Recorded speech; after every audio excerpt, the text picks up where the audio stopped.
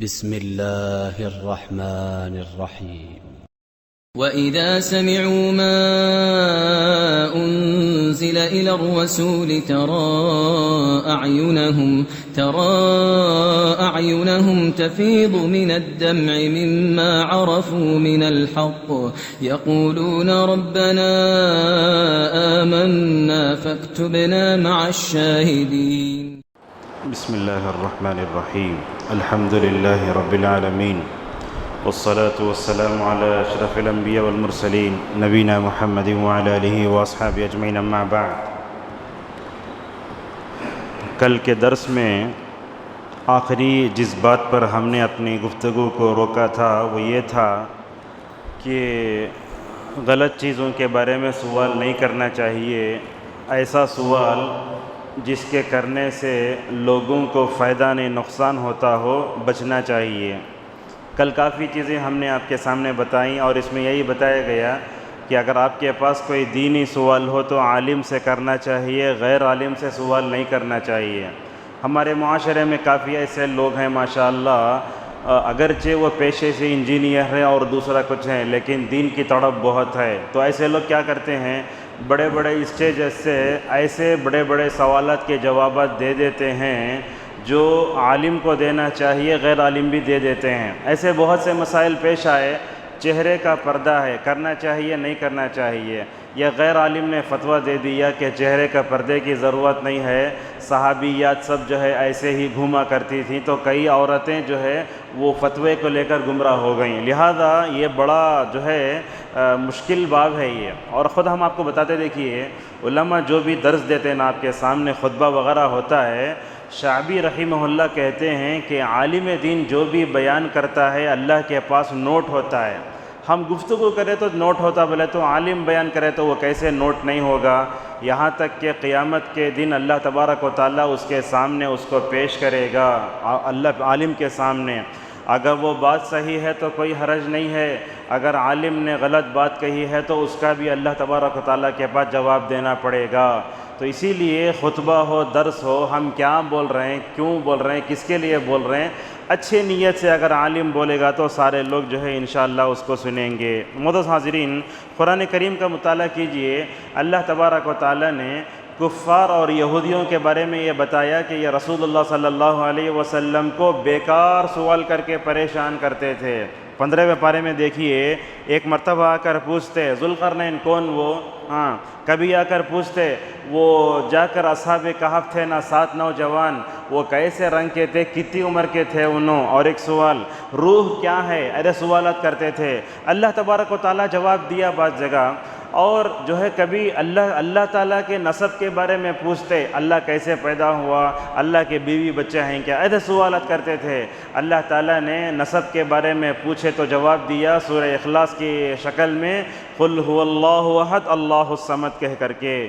لیکن ایک طرف تو کفار یہودی سب اللہ کے نبی کو سوالات کر کے پریشان کرتے تھے، قرآن میں ایک حصہ وہ بھی ہے جو سوال کے جواب کے طور پر اترا ہے۔ دیکھیں گے آپ کچھ آیتیں ایسی ہیں جو سوال کے جواب کے طور پر اترا ہے۔ کیا کیا ہے؟ وَيَسْأَلُونَكَ عَنِ الْيَتَامَى، یتیم کے بارے میں آ کر صحابہ آپ سے پوچھتے ہیں۔ کبھی کہتے ہیں يَسْأَلُونَكَ عَنِ الْأَنْفَالِ، جنگ میں جو مال ملتا نا، سمجھ رہے ہیں آپ، اس کو بولتے مال غنیمت۔ وہ کیا تھا؟ شریعت اسلامیہ سے پہلے ہر امت کے لیے حرام تھا وہ، لیکن رسول اللہ صلی اللہ علیہ وسلم کے لیے حلال کیا گیا، تو صحابہ کھانے پینے میں آگے پیچھے ہوئے۔ اللہ تعالیٰ نے انفال کے بارے میں آیت اتاری، خود اللہ کے نبی صلی اللہ علیہ وسلم کہتے ہیں وَإِنَّهَا لَمْ تَحِلَّ لِأَحَدٍ مِّن قَبْلِي۔ کبھی چاند کے بارے میں آ کے پوچھتے یا رسول اللہ یہ چاند کے فائدے کیا آپ بتائیے۔ ایسے تو مومن سوچتا الگ ہے، کافر کی سوچ الگ ہوتی ہے، ہم اس سے بتانا چاہتے ہیں۔ تو یہ ایک بات یہی بتاتے ہیں کہ رسول اکرم صلی اللہ علیہ وسلم کے پاس ایک آدمی آیا، بولا یا رسول اللہ دیکھو کیا ہے، میرے پاس اونٹ جو ہے نا گندمی رنگ کا ہے، لیکن بچہ اسے کالا ہوا ہے، کیا کرنا میں؟ وہ بچہ اس کا کی دوسروں کا کی ادھا سوال کیے. تو اللہ کے نبی صلی اللہ علیہ وسلم نے کیا کہا, دیکھو جیسے انسان کا بچہ پیدا ہوا تو یا تو ماں کا رنگ رہتا یا تو باپ کا رنگ رہتا, یا تو دادا کا, نانا کا, ماموں کا, خالہ کا رنگ آتا. جیسے گوری ماں رہتی ہے تو بچے کالے پیدا ہوتے نا, ویسے اونٹ کو بھی ایسا ہوتا, بلکہ اللہ کے نبی صلی اللہ علیہ وسلم سمجھائے. اور معزز حاضرین, اگر کوئی چیز حلال ہے تو سوال کر کے اس کو حرام نہیں کرنا چاہیے. آپ صلی اللہ علیہ وسلم نے فرمایا مسلمانوں میں سب سے بدترین مجرم وہ ہے, اللہ نے ایک چیز کو حلال کیا ہے اس کے بارے میں پوچھ کر جو ہے لوگوں کے لیے مکمل طور پر اس کو حرام کر دیا گیا. معزز حاضرین, آپ کو بتاتے ہیں ازواج مطہرات کا ذہن کیسے تھا. ایک دن حضرت حفصہ رضی اللہ عنہا رسول اللہ صلی اللہ علیہ وسلم سے پوچھتی ہیں, یا رسول اللہ, یہ پل صراط جانتے ہیں نا, برج ہے یہ جہنم کے اوپر ہی ہے, اس کے اوپر سے گزرتے تو کیسا, کافر بھی گزرتا مومن بھی گزرتا, دونوں میں کیا فرق ہے؟ تو اللہ کے نبی صلی اللہ علیہ وسلم فرماتے ہیں کافر گرا تو اٹک کے گر جاتا, مومن کیا ہوتا ماشاءاللہ بجلی کی طرح تیز گزر جائے گا. اور اس طریقے سے حضرت عائشہ رضی اللہ عنہا کی فہم اور سوچ پر قربان جاؤ, کیا پوچھتی ہیں, اللہ کے نبی صلی اللہ علیہ وسلم نے کہا قیامت کے دن سب ننگے اٹھیں گے, حدیث کے الفاظ ہیں ننگے اٹھیں گے, ننگے پیر بغیر ختنہ کیے ہوئے, 3 الفاظ ہیں, پیر چپل نہیں رہے گی, انسان پورا ننگا رہے گا اور بغیر ختنہ کیے ہوئے اٹھیں گے. حضرت عائشہ رضی اللہ عنہا نے اس موقع پر نبی کریم صلی اللہ علیہ وسلم سے پوچھا, یا رسول اللہ حیات کیسی ہے؟ سوال میں کہنے لگی, یا رسول اللہ کیا قیامت کے دن ہم میں سے کوئی دوسرے کی طرف نہیں دیکھے گا؟ ماشاءاللہ سوچ کا انداز دے کیسا ہے. تو اللہ کے نبی صلی اللہ علیہ وسلم نے عائشہ کو سمجھایا, عائشہ قیامت کے دن 4 جگہ ایسی ہوں گی جہاں آدمی دوسرے کے بارے میں ہرگز نہیں سوچے گا. اب سمجھو بم پھٹا ہے کیا, ایک دوسرے دیکھتے رہتا نہیں, بھگتے لوگ مل کے پورے. تو ایسا حضرت عائشہ رضی اللہ تعالی عنہ نے رسول اکرم صلی اللہ علیہ وسلم سے سوال کیا, تو آپ صلی اللہ علیہ وسلم نے انہیں جو ہے صحیح رہنمائی کی. سوالات اور جوابات کے تعلق سے ایک بات یہی بتاتے تھے, آج کل سوشل میڈیا میں سوالات اور جوابات کے موضوع پر گمراہی بہت ہے. ایسے بدعتی لوگ بڑی بڑی پگڑیاں باندھ کر آپ کو ملیں گے, اس میں گمراہی کے علاوہ اور کچھ نہیں ہے. اس میں کیا کیا ہوتا ہے, عقیدے کے بارے میں سوالات, مجھے ٹینشن ہے تو کیا کرنا, اللہ کو متکاسر 11 مرتبہ پڑھو, تمہارا ٹینشن دور ہو جائے گا. لہذا ہم آپ کو نصیحت کرتے ہیں, سوشل میڈیا میں ایسے سوالات کے جوابات دینے والے جتنے لوگ ہیں نا, ان سے اپنے آپ کو اور اپنے گھر والوں کو بچا کر رکھو. جو سوال صحیح ہے, جو جواب صحیح ہے, ان کو تو آپ جانتے ہیں, جیسے وسیع اللہ عباس ہیں, شیخ انیس الرحمن ہیں, ایسے بڑے بڑے علماء بھی 2 دن پہلے چلے گئے. ڈاکٹر فضل الرحمن مدنی مالیگاؤں کے بہت بڑے استاد تھے, بڑے اچھے سوالات کے جوابات دیتے تھے. اور جنوبی ہندوستان کے مشہور شخصیت ڈاکٹر آر کے نور عمری مدنی بھی بہت بڑے عالم دین تھے, کرونا وائرس میں تقریباً 1 مہینہ پہلے وفات پا گئے. تو لہذا کیا ہے, ہر ایک سے سوال پوچھنے کا نہیں ہوتا. کس سے پوچھنا چاہیے, اس کا علم کیا ہے, اس کے خدمات کیا ہیں, اس کی عمر کیا ہے, تجربہ ہے نہیں ہے, یہ دیکھ کر سوال پوچھنا چاہیے. ورنہ تو ہر ایک سے سوال پوچھ کے اپنے آپ کو گمراہی میں مت ڈالیے. اس کے بعد اللہ تبارک و تعالیٰ نے حضرت عیسیٰ علیہ السلام کے بارے میں ایک بات یہ کہی, اللہ تعالیٰ قیامت کے دن سب کے سامنے عیسیٰ کو بلائے گا اور بلا کر پوچھے گا, عیسیٰ تم لوگوں کو بولے کیا میری عبادت کرو بول کے؟ تو حضرت عیسیٰ بولیں گے, اے اللہ تیری ذات تو پاک ہے, تو میری نیت کو جانتا ہے, میں نہیں بولا. جب تک میں زندہ تھا اپنی قوم کو دیکھتا رہا, جب میں انتقال ہو گیا تو میری قوم کو دیکھنے والا تو ہی ہے. تو اس سے کیا معلوم ہوتا ہے کہ دنیا میں نیک لوگوں کو جو پوجا جا رہا ہے, یا درگاہوں کی شکل میں, فلاں کی شکل میں, ہو سکتا ہے اللہ تبارک و تعالیٰ ان کو قیامت میں بلا کر پوچھے, جب وہ نیک لوگ برات کا اظہار کر دیں گے, ہمیں کبھی ان کو اپنی عبادت کی طرف نہیں بلایا, تو اٹکیں گے سکون عبادت کرنے والے. تو لہذا یہ چیز بھی اللہ تبارک و تعالیٰ بتاتا ہے. اور آخر میں اللہ نے یہ کہا, قیامت کے دن سچ بولنے والوں ہی کو مکمل طور پر نجات ہے. اس کے بعد سورہ انعام شروع ہوئی, کئی باتیں ہیں اس میں, توحید سے متعلق آیتیں ہیں, رسولوں پر اعتراض ہے, رسولوں کا مذاق ہے, اور اللہ نے یہ بات بتائی کہ تکلیف دور کرنے والی ذات اللہ تبارک و تعالیٰ کی ہے. آج مسلمانوں کا حال آپ دیکھیں گے, آٹو میں سب بیٹھے تو یا علی مشکل کشا لکھا ہے, HKGN, KGN, یہ سب مسلمانوں کی پہچان ہی ہے. یہ کیا ہے؟ مسلمان آج کیا کر رہا ہے؟ تکلیف میں اللہ کو نہیں پکار رہا ہے، کسے پکار رہا ہے؟ ولیوں کو بھی، فلاں فلاں کو پکار رہا ہے، حالانکہ کسے پکارنا چاہیے؟ اللہ تبارک و تعالیٰ کو پکارنا چاہیے۔ محمد ابن عبد الوہاب رحمۃ اللہ علیہ کہتے ہیں آج کے مسلمانوں سے رسول اللہ صلی اللہ علیہ وسلم کے زمانے کے کفار بہتر تھے۔ کیسا؟ اس لیے کہ وہ سمندر میں کشتی میں سوار ہو کر بیچ سمندر میں گئے تو کیا ہوتا؟ ہر طرف سے ہوائیں تو اللہ کو پکارتے تھے، حالانکہ کافراں تھے۔ لیکن آج کا مسلمان کیا کر رہا ہے؟ اسلام پر رہ کر بھی نعوذ باللہ جو ہے دوسروں کو پکار رہا ہے۔ دوسروں کو پکارے تو کیا بولتے معلوم ہے؟ ایک بڑے آدمی سے ملنا ہو تو پی اے آفس سیکرٹری کی ضرورت پڑتی نا، ویسے ہمیں ان لوگوں کو پکار رہے ہیں۔ اب یہ غیر اللہ کو پکارنے میں کیا ہے؟ بڑے بڑے علماء لوگوں کو گمراہ کر رہے ہیں، بڑے بڑے پگڑیاں، بڑے بڑے چینل اور چکنی چپٹی باتیں کر کے لوگوں کا عقیدہ مکمل طور پر خراب کر رہے ہیں۔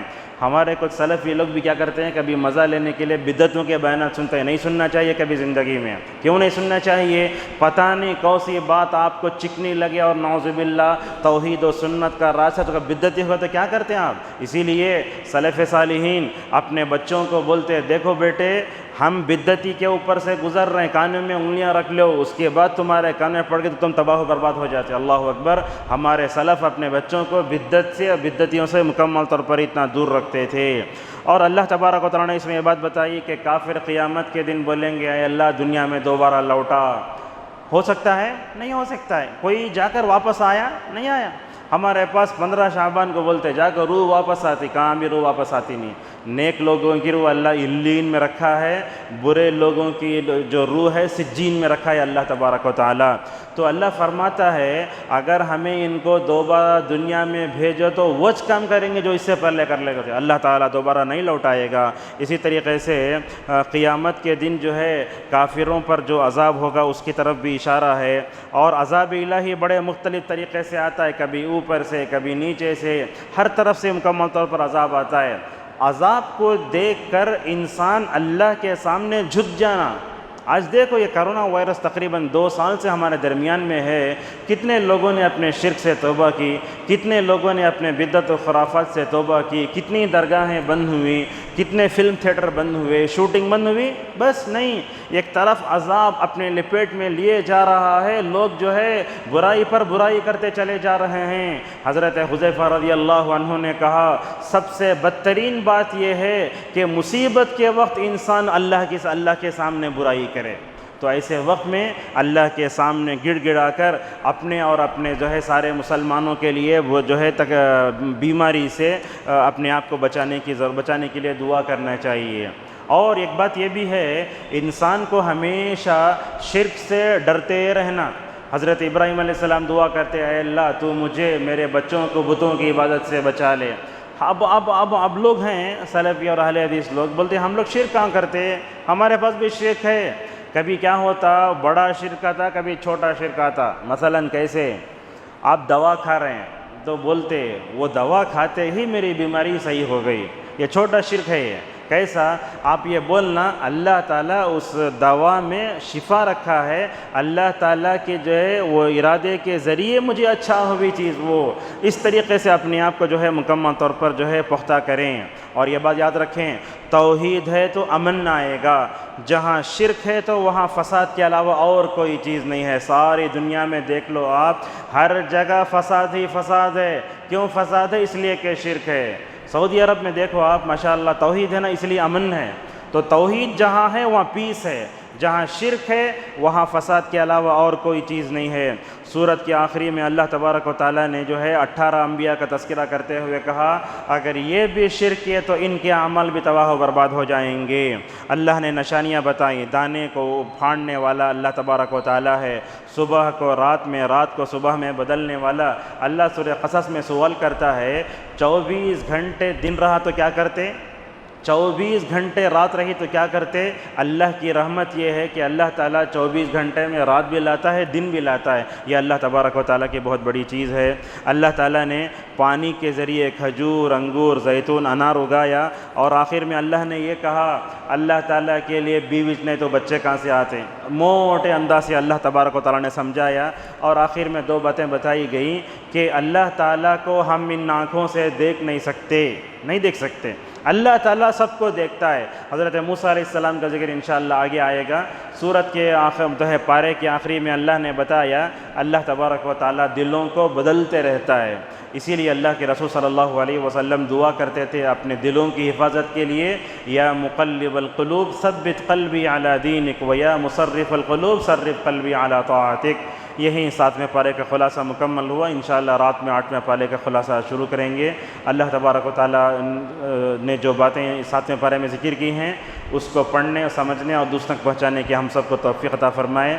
اللہ تعالیٰ ہم سب کو بیماری سے محفوظ فرمائے، جو لوگ بیمار ہیں اللہ تعالیٰ ان کو صحت عاجلہ شفا کاملہ عطا فرمائے۔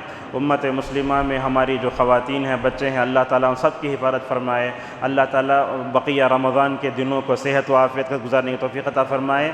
جو روزے اور قیام ہو چکے ہیں اللہ تعالیٰ ان سب کو قبول فرمائے۔